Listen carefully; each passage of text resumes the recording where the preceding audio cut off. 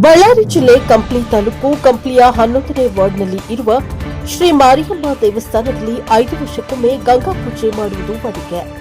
ನಾಡಿನಲ್ಲಿ ರೈತರಿಗೆ ಮಳೆ ಬೆಳೆ ಸಮೃದ್ಧಿ ತರಲಿ ಎಂದು ಈ ಪುರಾತನ ದೇವಸ್ಥಾನ 5 ವರ್ಷಕ್ಕೊಮ್ಮೆ ಈ ಗಂಗಾ ಪೂಜೆ ಆಚರಣೆ ಸರ್ವ ಜನಾಂಗದವರು ಸೇರಿ ಜಾತಿ ಮತ ಭೇದ ಭಾವವಿಲ್ಲದೆ ಐಕ್ಯತೆಯಿಂದ ದೇವಿಯನ್ನ ಆರಾಧಿಸಿ ವಿವಿಧ ಬಗೆಯಲ್ಲಿ ಪೂಜೆಗಳನ್ನ ಮಾಡಿ ಅತ್ಯಂತ ಭಕ್ತಿ ಭಾವಗಳಿಂದ ಕುಪ್ಪ ಕಳಸ ಕನ್ನಡಿ ತಾಶ ಡೋಲು ಚಂಡೆ ವಾದ್ಯ ಡೊಳ್ಳು ಕುಣಿತ ಭಜನೆ ಹಗಲು ವೇಷಗಾರರ ವೇಷ ಪ್ರದರ್ಶನ ಹೀಗೆ ನಾನಾ ರೀತಿಯಲ್ಲಿ ಮೆರವಣಿಗೆಯೊಂದಿಗೆ ಕಂಪ್ಲಿ ಪಟ್ಟಣದ ಮುಖ್ಯ ಬೀದಿಯಲ್ಲಿ ಸಂಚರಿಸಿ ಕೊನೆಗೆ ದೇವಿ ದೇವಸ್ಥಾನದ ಹತ್ತಿರ ಕೊನೆಗೊಂಡಿತ್ತು. ಅತ್ಯಂತ ಭಕ್ತಿ ಭಾವಗಳಿಂದ ಶ್ರೀ ಮಾರಿಯಮ್ಮ ದೇವಿಯ ಪೂಜೆ ಪ್ರಸನ್ನನಾಗುವಂತೆ ಆಚರಿಸಿದ್ರು.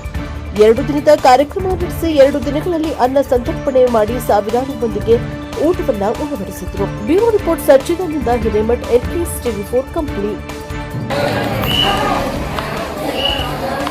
ನಮಸ್ಕಾರ. ನಮಸ್ಕಾರ ಸ್ವಾಮಿ. ಯಾವ ದೇವಿ ಗುಡಿ?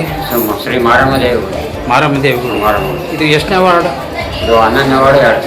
12ನೇ ವಾರ್ಡ್. 11ನೇ ವಾರ್ಡು ಕಂಪ್ಲಿ. ಇದು ಎಷ್ಟು ವರ್ಷಕ್ಕೊಂದ್ಸರಿ ಈ ಥರ ಪೂಜೆ? 5 ವರ್ಷಕ್ಕೊಂದ್ಸರಿ ಗಂಗೆ ಸ್ಥಳದಿಂದ ಮಾರಮ್ಮ ಗುಡಿಗೆ ಹೋಗಿ ಮತ್ತೆ ರಿಟರ್ನ್ ಬಂದು ತಮ್ಮಲ್ಲಿ ಸ್ಥಾಪನೆ ಮಾಡ್ತೀವಿ. ಇದು ಪ್ರತಿ 5 ವರ್ಷಕ್ಕೊಂದ್ಸರಿ. ಬೇರೆ ಏನಾದರೂ ಹೇಳ್ಬೋದಾ ನೀವು? ಏನಿಲ್ಲ ಸರ್, ಇವತ್ತು ರಾತ್ರಿ ಅಮ್ಮಂದು ರೇಣುಕಲಮ್ಮನ ಕಥೆ ಹೇಳ್ತಾರೆ. ಎಲ್ಲಿ? ಇಲ್ಲೇ ತೋಟದಲ್ಲಿ ಕಾರ್ಯಕ್ರಮ ಮಾಡಿಸ್ತೀವಿ ಪ್ರತಿ 5 ವರ್ಷಕ್ಕೂ ಒಂದ್ಸಲ. ಇಲ್ಲಿ ಏನು ಊಟದ ವ್ಯವಸ್ಥೆ ನಡೀತಾ ಇದೆ? ಊಟದ ವ್ಯವಸ್ಥೆ ನಡೀತದೆ. ಅಮ್ಮ ಪ್ರಸಾದ ಸೇವೆ ಮಾಡಿಸ್ತೀವಿ.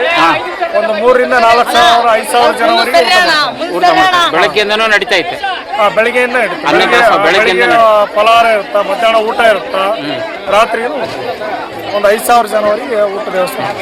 5 ಸಾವಿರ ಜನ ಊಟ, ಬೆಳಿಗ್ಗೆ ಟಿಫನ್, ಮಧ್ಯಾಹ್ನ ಊಟ, ರಾತ್ರಿ ಊಟ ಎಲ್ಲ ಚೆನ್ನಾಗಿ ನಡೀತಿದೆ. ಒಟ್ಟು ಹೆಚ್ಚು ಕಡಿಮೆ 5,000 ಜನಕ್ಕೆ ಊಟದ ವ್ಯವಸ್ಥೆ ಮಾಡಿಸಿದ್ದೀವಿ. ಪ್ರಸಾದ ಈ ಒಂದು ಸುಮಾರು ಒಂದು 4 ಓಣಿಗೆ ಸಂಬಂಧಪಟ್ಟಂಗ ಎಲ್ಲರೂ ಬಂದು ಭಕ್ತರು ಪ್ರಸಾದ ಕಂಪ್ಲಿ ಎಲ್ಲ ಗೊತ್ತು ನಮ್ದು ಫೇಮಸ್ ಅಂತ.